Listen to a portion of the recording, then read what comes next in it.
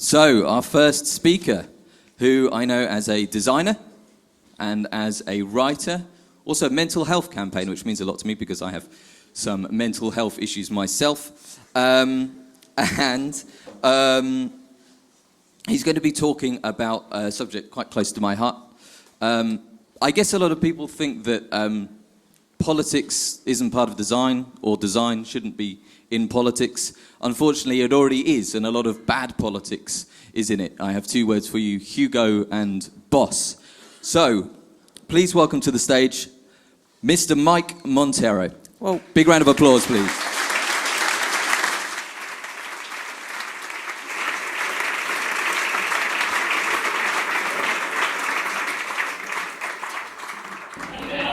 Well, we want to be free. We want to be free to do what we want to do. We want to be free to ride. We want to be free to ride our machines without being hassled by the man. And we want to get loaded.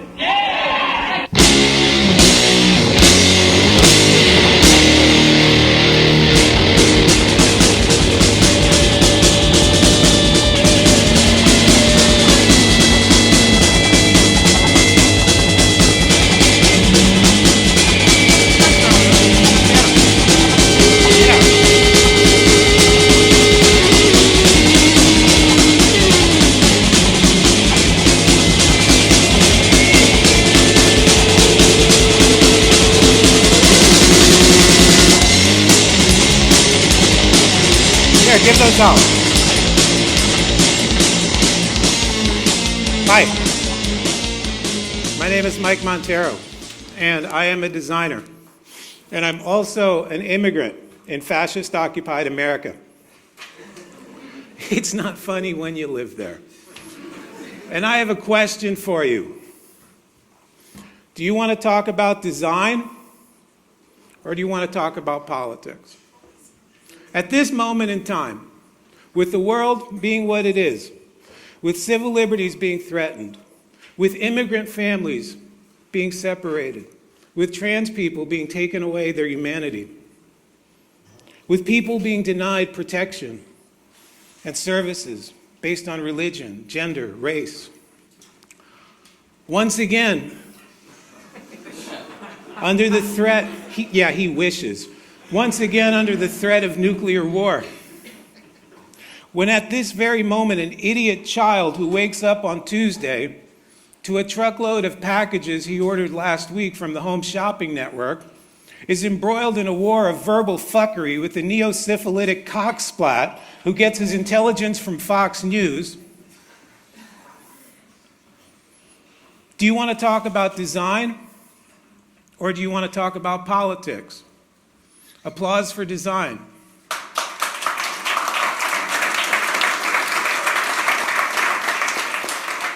Applause for politics.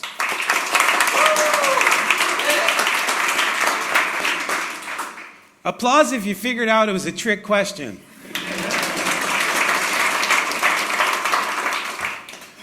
Design is always political.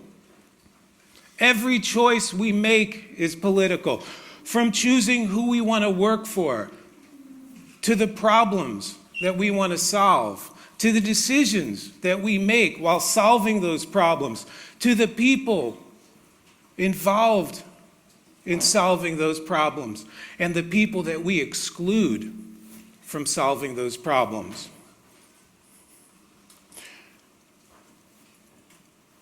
To the way those solutions are implemented, and most especially to who those solutions benefit or punish. Design is always political, because design is labor, and your labor is political, and the political is always designed. But Mike, I thought design was something else. I thought it was something I could put on Dribbble or my 100 Days Personal Feelings project, or put on a temporary tattoo. Well, let's define design. Design is the intentional solution to a problem within a set of constraints. There are three parts to this statement. One, you need a problem to solve, like getting from point A to point B, or cutting down harassment on your platform, or kicking fascists off your platform. That's a problem in search of a design solution. Increasing shareholder value is not a problem. It's a desire or a fucked up fetish. Next, you need to know the constraints that you're solving this problem around. For example, it's got to be free, or it's got to be available to everyone, or people who can't see have to be able to access it. Sometimes people can't use their real names because they'll be killed by their government or arrested by or chased down by their stalker. Things like that. Those are constraints. Then you can come up with a solution intended to solve that problem. That's the intentional part. Design is the intentional solution to a problem within a set of constraints. Let me show you an example.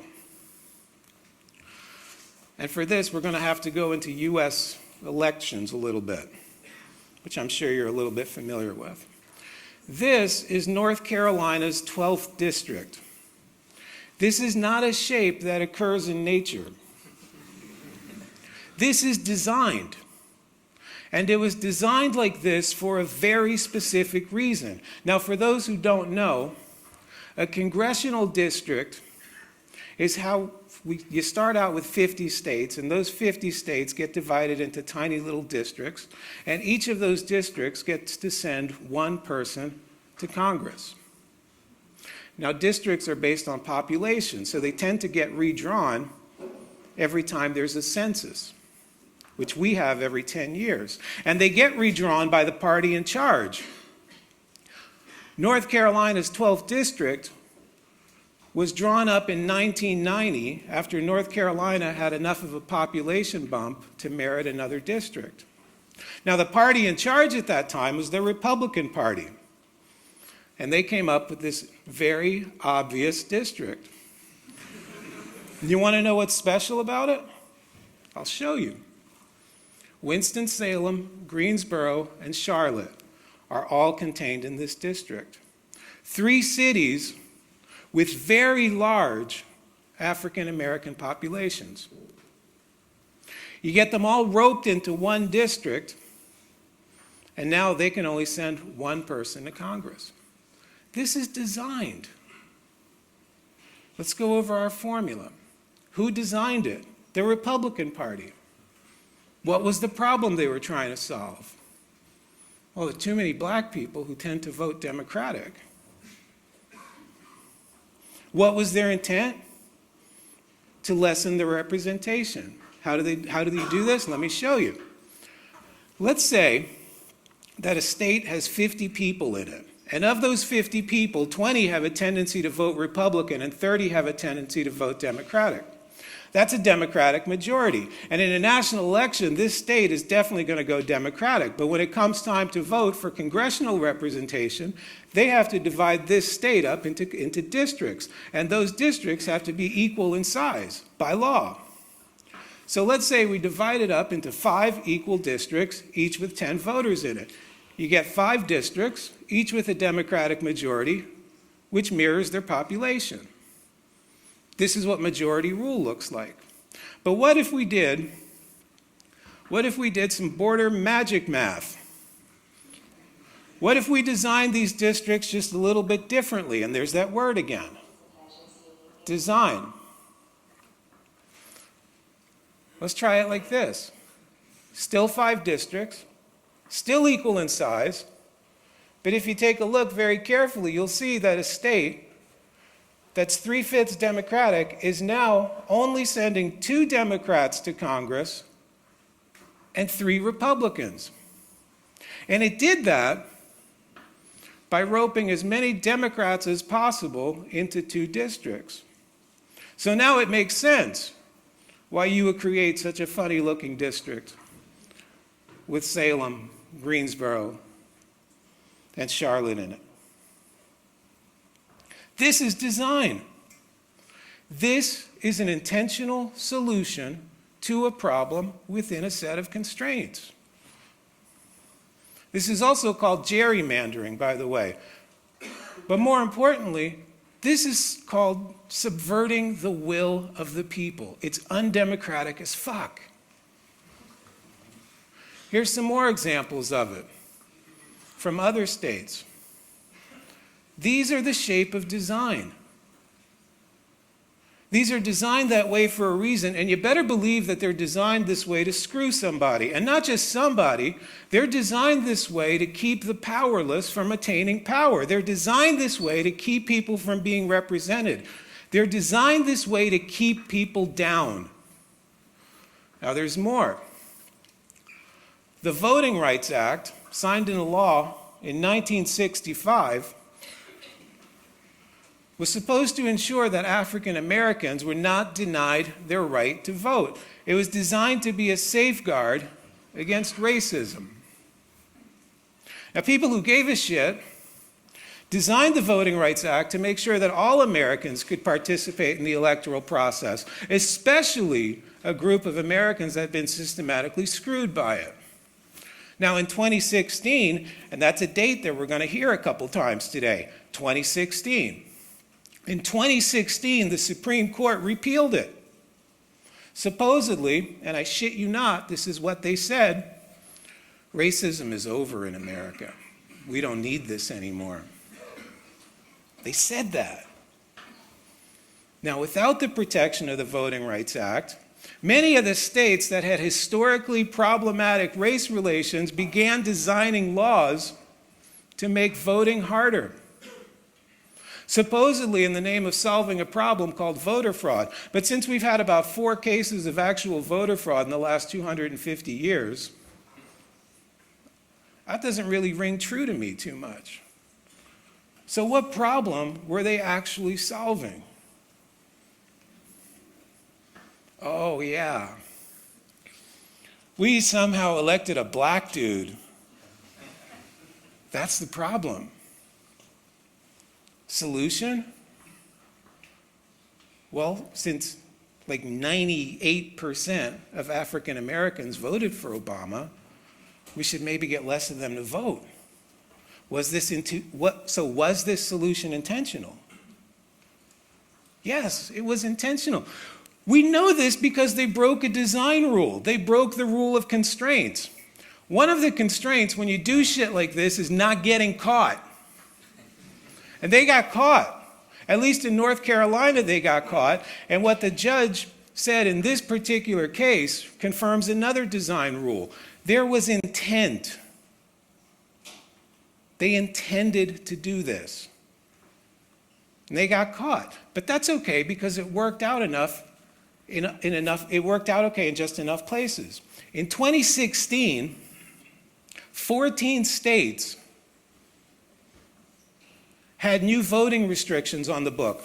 Restrictions made possible by the repeal of the Voting Rights Act. And they joined 6 states that had previously enacted voting restrictions. This was intentional. This was by design. This was the intentional solution to a problem within a set of constraints. These voting laws were all intended to make it harder for black people to vote. We have a U.S. judge in North Carolina on the record for that.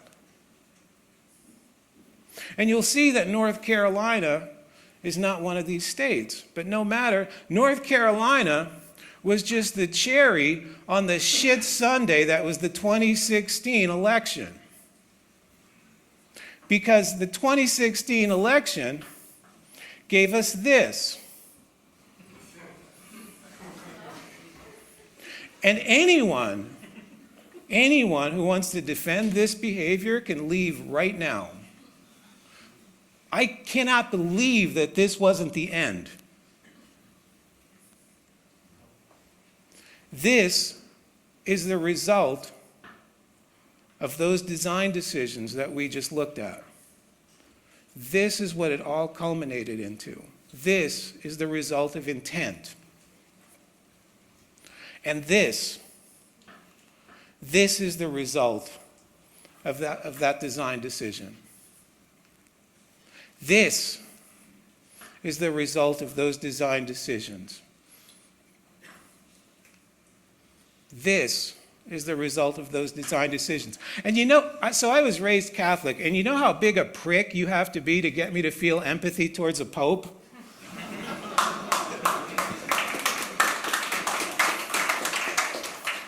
That gets applause? Okay. This is the result of those design decisions. Years in the making, all with the intentional goal of further disenfranchising the powerless, of holding on to power, the last gasp of a hateful generation, the last gasp of a small-minded minority. And yes, when there are 3 million less of you, you are by definition a minority. Intent on blaming refugees, Muslims, immigrants, women, minorities, all for their own self-loathing. But you know what? This was also a result of those design decisions. Americans coming together, the entire world coming together. This was also a result of those design decisions. This was also a result of those design decisions. And yeah, before you ask me later during the Q&A, it is okay to punch Nazis, so don't bother asking. This is also a result of those design decisions.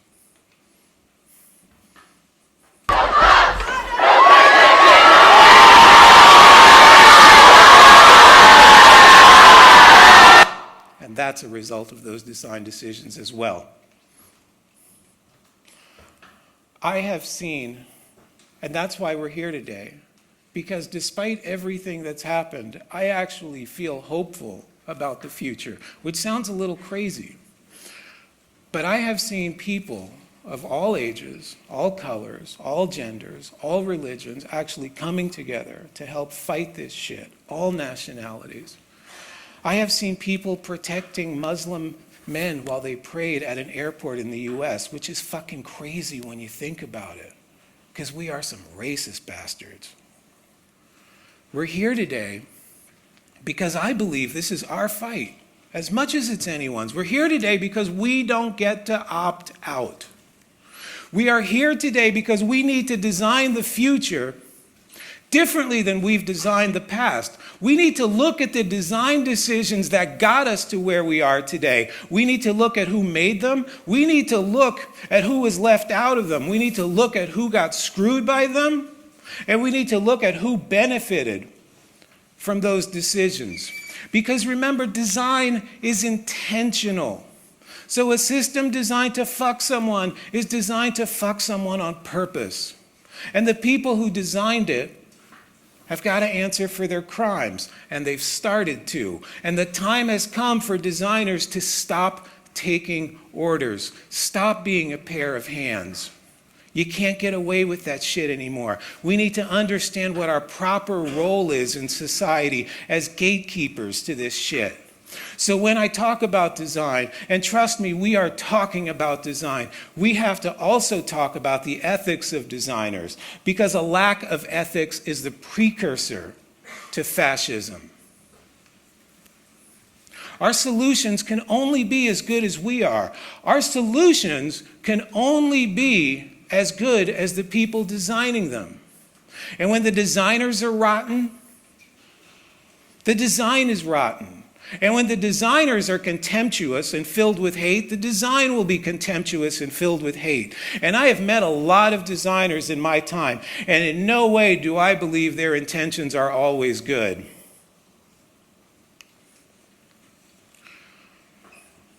A while ago, the AIGA tweeted this out.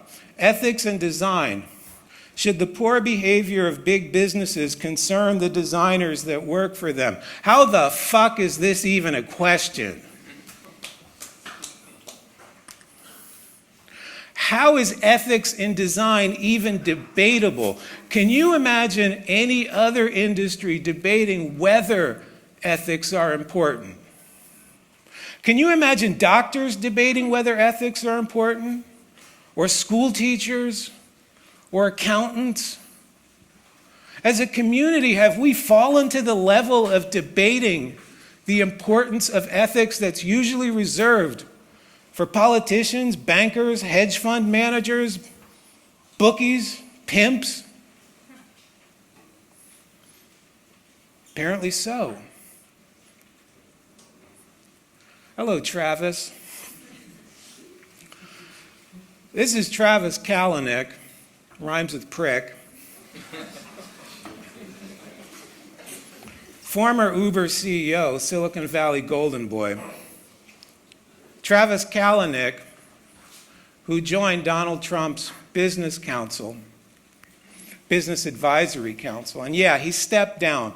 He stepped down because of protests. He stepped down because of bad PR. He stepped down because we put our foot on his neck. So he doesn't get credit for stepping down. We get credit for knocking him off. And as he was agreeing to work with Trump, this is what he told his employees. We will partner with anyone in the world as long as they're about making transportation in cities better. This is the 2017 equivalent of Mussolini promising to make the trains run on time. As long as it works in our benefit, we don't care how it happens. This is the exact opposite of ethics. And because I enjoy picking on Travis, who has a face only a boxing glove could love, let me throw in one more example. You have to know this was coming, right? Susan Fowler, once an engineer at Uber, very courageously detailed out a history of harassment and abuse, not just by her managers, not just by her co-workers, but also by Uber's HR department, a department theoretically put in place to protect employees. But as employees continue to give up their rights, places like Uber become more and more like the company towns of old, with HR departments behaving like thugs, hired by the companies to root out troublemakers. This is also by design. We have spent a generation rolling back the rights of workers, rights that were hard-won, rights that people died for. We've traded in those rights for the oblique promise of options and swordfish in the cafeteria on Thursdays. And you don't get to make fun of poor people buying lottery tickets when you've traded in all your rights as workers for the chance to strike it rich when your startup goes public. It's the same damn thing. So whether you call yourself a designer, developer, an engineer, or God help us all, a CEO, working ethically is a non-negotiable part of the job. It is the most important part of the job. And working ethically means working in the best interests of everyone. It means fulfilling your duty to make the world a better place. It means helping those who need the most help first. It means hiring people who look like the people whose problems you're trying to solve. And it means no one gets left behind, and it means no one is treated like a second-class citizen. This is who we need to be right now. And we must work with intent. We need to take stock of who we are as an industry and what we're capable of doing. We are people who make things for a living. We bring things into existence. And even if we're hired by other people to bring their things into existence, we have a responsibility to ask ourselves, are these good things? Can these things be used to hurt others? Is the purpose of this thing to keep people down? Is what I am doing today making the world a better place than it was before I made it? But Mike, I'm just a pair of hands. I'm just a hired gun. I do what my boss tells me to do because I'm afraid of getting fired. Well, guess what, honey pie? You can go to jail for that now. I was so excited when this happened. That's James Lang, a Volkswagen engineer. Do you remember when Volkswagen got in trouble for that software that lied about their emissions? Well, James was the engineer on that project. James knew what he was doing. James was following orders. James is going to jail. And I hope that this is the first of many. Here's an interesting article I came across recently. A design firm that wants to help make Trump's border wall a little bit more attractive. Because you know what the concentration camps were lacking? Gift shops. And they got some shit for this, thankfully. And this is how the firm's principal reacted.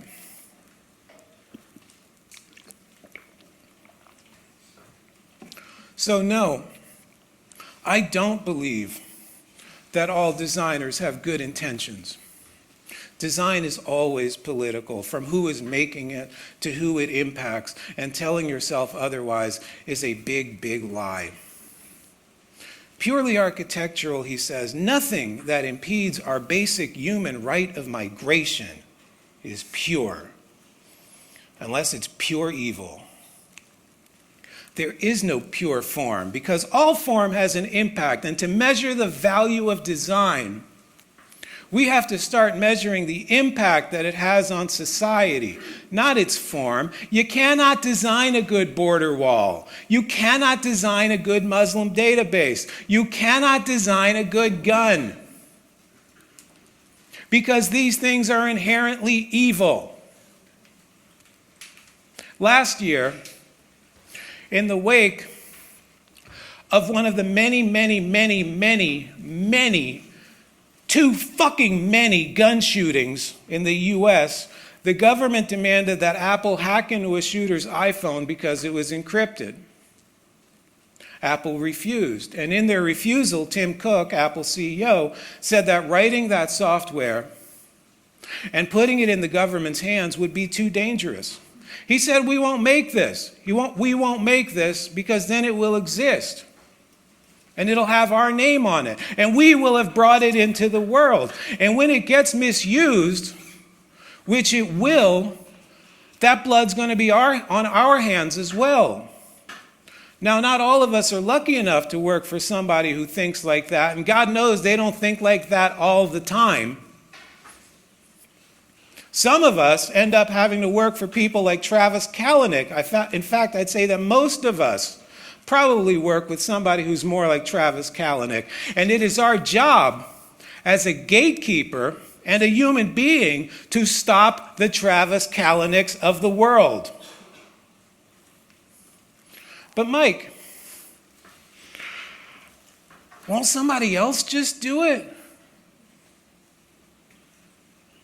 And the answer is yes, they might. And holy shit, that can make you feel small and powerless. It really can. But here's the thing. Just because the person next to you is willing to be an asshole, turns out that's not a good enough excuse for you to be an asshole. I get that you don't want to lose your job. I get that you have rent to pay. But earning that at the expense of somebody else's livelihood, at somebody else's freedom, is not a good way to live. It is not okay. And if you're looking for absolution here this morning, you are not going to find it.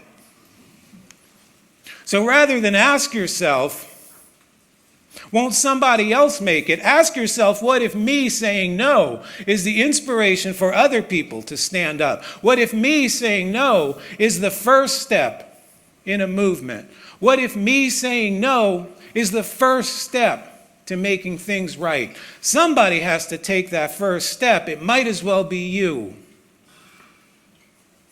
Do I want you to get fired from your jobs? No, I do not want you to get fired from your jobs. Do I think some of you might? Yes, I think some of you might. I never said it would be easy, but I promise you, in the end, it is worth it. Because in the end, if we stand up for ourselves, if we do this job right, if we behave with agency, we will become more effective at what we do. We will become more powerful at what we do. And we will be able to sleep better at night because we will be doing the right and proper thing. We will be designing the world to be a better place. So how do we do that? That's the question that everybody asks next. Well, it turns out it's not that hard. You got to stop following orders. You got to stop blindly following orders. And you know what? If this were as easy as a fascist walking up to you and saying, "Hello, I am a fascist and I have orders for you," that would be great. I like it when they're easy to spot.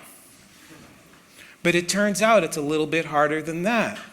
What you need to do is you need to question every order that you are given, every job that comes across your desk. And you need to ask yourself where it could lead. Because our goal here isn't just to thwart fascism in the here and now. It's to help build a better world where fascism has a much harder job taking root in the future. That means that we need to analyze every single thing that we are asked to do. We need to look at it from several points of view, and we need different points of view in the room when we are making those decisions. When your design team is 90% white and male, you have already started marginalizing people. You have already fucked up. And the minute that you start marginalizing people, you have created the perfect petri dish for fascism to grow in. Here's an article I came across recently. Palantir provides the engine for Donald Trump's deportation machine. Now, Palantir, for those of you unfamiliar with the devil, is the data mining company founded by Peter Thiel, who some of you may be familiar with. This is the guy who took down Gawker. And regardless of how you might feel about Gawker, the idea that an individual can shut down the press by brute force bankrolling lawsuits that he has nothing to do with should scare the living shit out of you. Peter Thiel is also a Trump crony. So his company, Palantir, got hired to design the data mining operation that ICE, that's Immigration and Customs Enforcement, is using to identify and round up immigrants in America. Here's a process diagram for that. Here's the thing. This diagram was made by a designer. This diagram is labeled. If you read it, it tells you exactly what it's for. And somebody decided, sure, I'll make this. Now other designers are going to come in and they'll do the interface, and somebody's going to come in and do the back end, et cetera, and everybody will just follow orders and get this thing made. Except those orders are unethical. This is intended to cause harm to others. This is intended to separate families. And as a designer, this has to matter to you. It has to matter to you what your design is getting used for.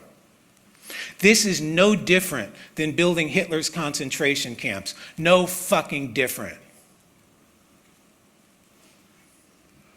Which brings us back to Tim Cook and that decryption software. Remember that? Something we consider too dangerous to create. We create things. Our labor is in those things. Our names are on those things. And when your labor is in something, you bear the responsibility for what you've created. You can't just wash your hands of that. If you're designing a gun, you can't be surprised when that gun is used to kill someone.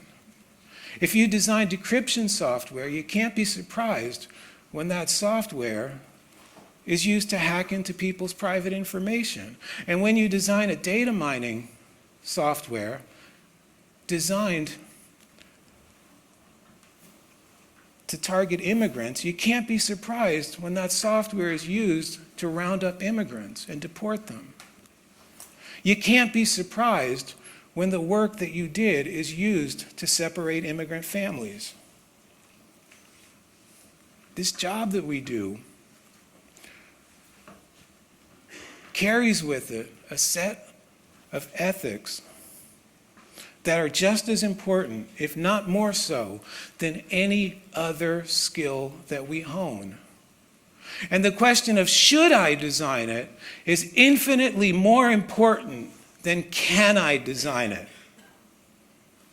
Oppenheimer learned this too late. And it is your duty as a designer to bring up the things that don't pass that ethical test. And having brought them up, if you find yourself in a position where your concerns are being dismissed, and you find out that hurting others was the actual intent of the thing you are designing, you need to bring that work to a grinding halt by any means necessary.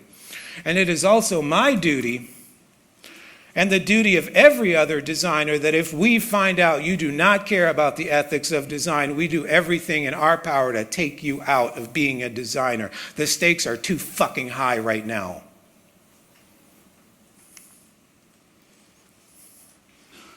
In 1971, Victor Papanek published Design for the Real World. Has anybody read this book? Write it down, because you need to read it. Best design book you will ever read, I swear to God. This is the first sentence, by the way. There are professions more harmful than industrial design, but only a very few of them. The next one that he mentioned was coal mining. This predates the internet as we know it, so I can only imagine what Victor would have had to say about the dangers of the digital age. The shit we do now is so enmeshed in people's lives. We have devices watching us. We have devices tracking us. We have devices measuring us. We have devices telling us when to take our meds. We have devices helping us get off. And that got hacked. That's weird, right?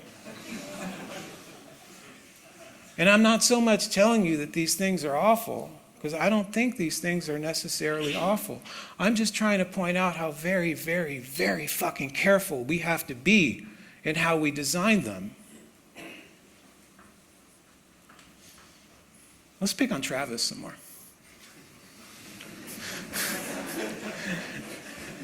This fuck can't stop being in the news. March 3rd, 2017. Mike Isaac of the New York Times publishes an expose of an internal tool used at Uber called Grayball.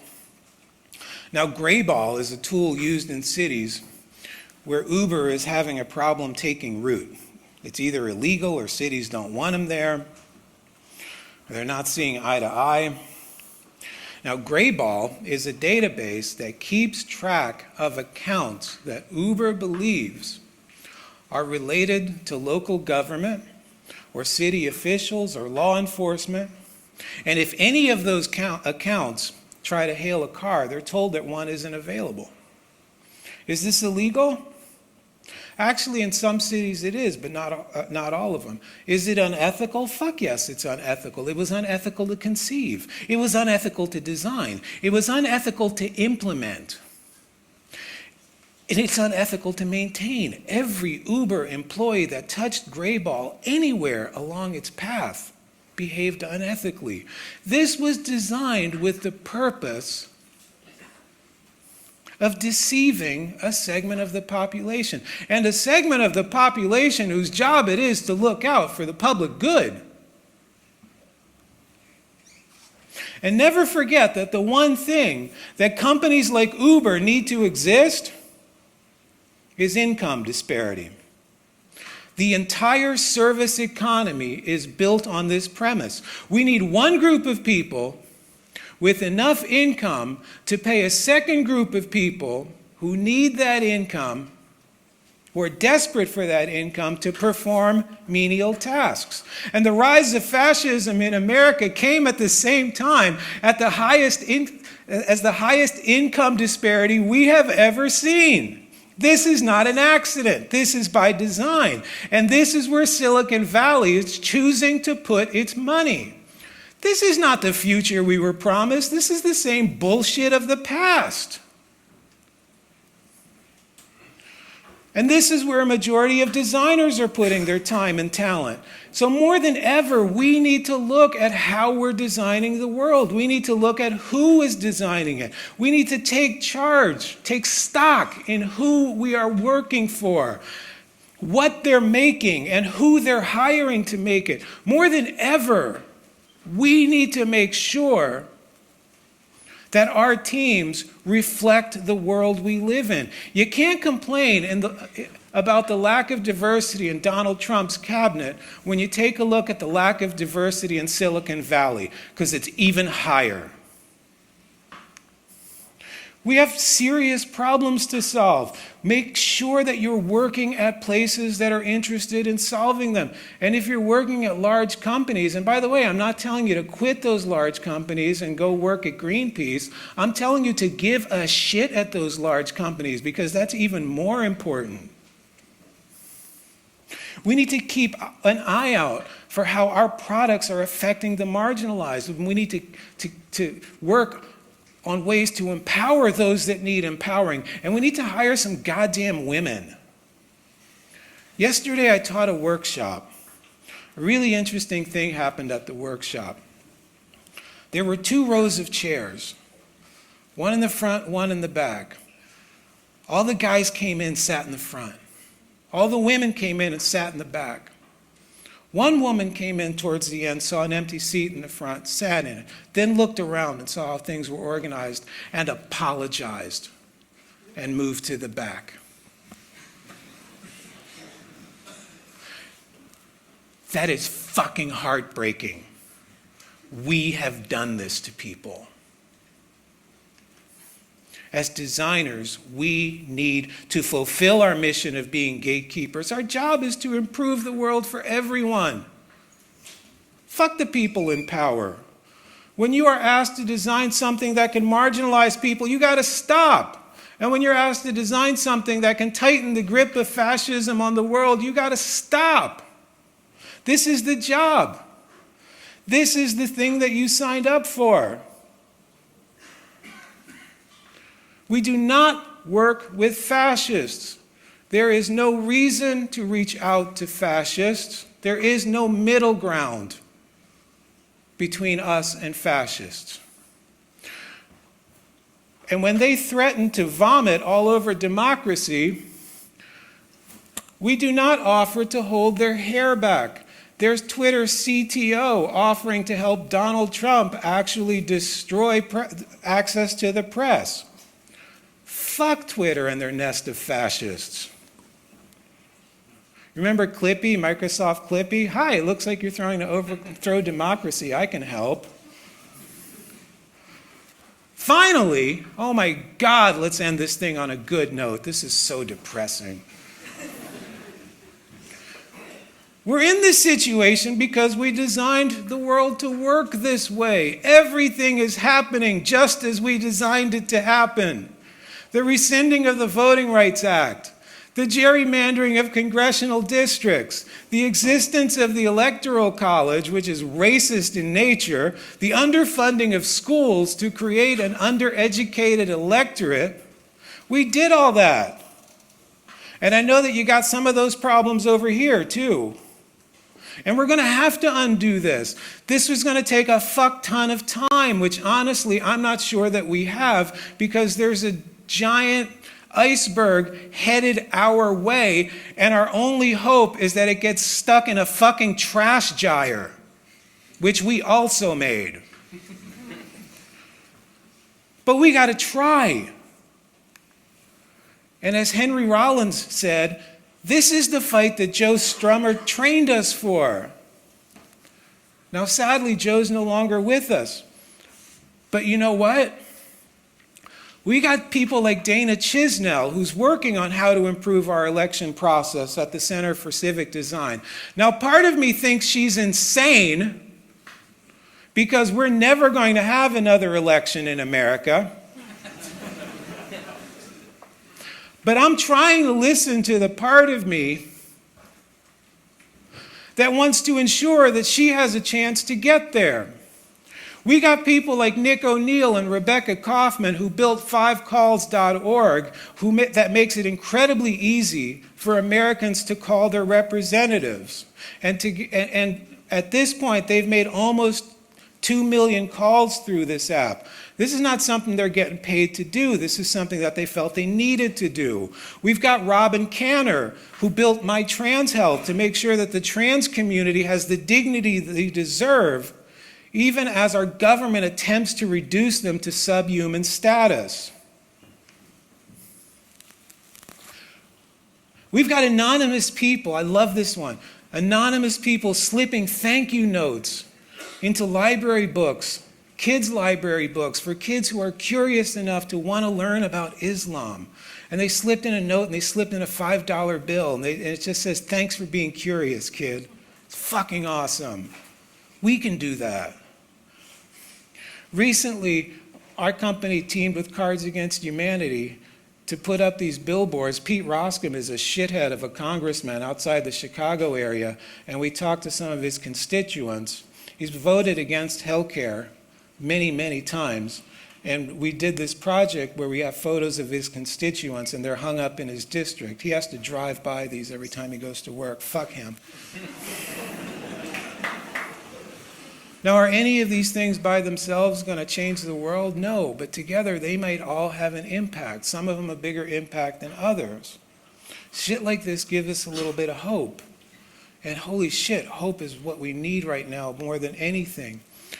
We got John Hannawalt updating anti-fascist posters from World War II, reminding us that we've beat these fuckers before. Here's a story. A couple months ago, I was headed to Philadelphia, where I'm from originally, and I found out that Richard Spencer, that's the dickhead on the left, was staying at the same hotel I was. So I called up John. I said, John, do you have a PDF of that file? John says, yeah. I said, send it to the nearest Kinko's to my hotel. Make 200 of them. By the time Richard Spencer got to his hotel, every elevator in the hotel was papered with those posters.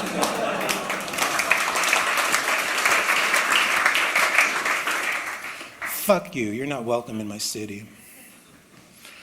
More importantly, all over America and all over the world, people are speaking out. They're organizing. They're calling their congresspeople. They're showing up at town halls. They're walking out of government jobs because they don't want to aid this administration. And designers need to do our part too. We're going to be asked to build their databases. We're going to be asked to design their walls. We're going to be asked to do all manner of shit that leads to this badness, all manner of shit that increases income disparity. And some of us are going to stand up, and some of us are going to lose our jobs, but there's other jobs to be had. And I would rather live poor and free than rich and compromised. So we fight. We fight because honestly, we can't not fight. We fight maybe because this is the darkest before the dawn. We fight because if we don't, people get beat up, people get rounded up, people get killed, people are being stripped of their humanity and their dignity right now. And while this may or may not happen in a large government-sanctioned way, it is definitely happening in small pockets of deplorable misery all across the globe. And there are things that we can do to prevent it. And holy fuck, we have to try. And never forget the words of the great Margaret Mead. Never doubt that a small group of thoughtful, committed citizens can change the world. Indeed, it's the only thing that ever has.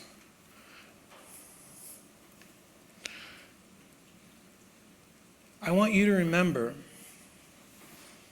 that you are a free people, free to choose how you spend the time that you have on this earth. And I implore you to use that time in the interest of making others free. If you want to change how the world is designed, you have to change not just how we're designing it, but who is designing it.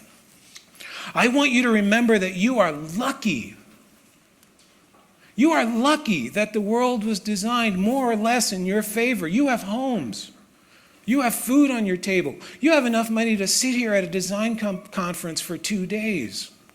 You have jobs, and I'm sure that takes a lot of work and a fair bit of talent. But you were also lucky to be born in a time and a place where you got the opportunity to succeed. A lot of people weren't. And that luck carries with it the responsibility to help others that weren't so lucky. But most of all, I want you to remember that you are ordinary people. You are more than designers. You are citizens.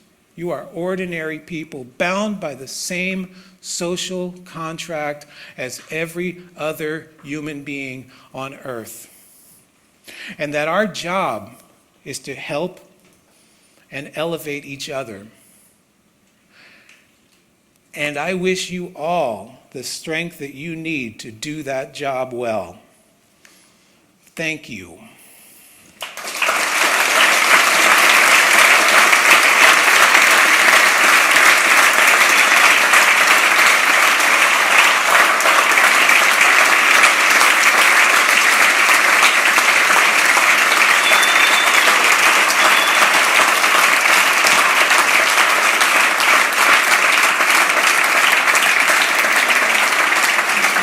Thank you.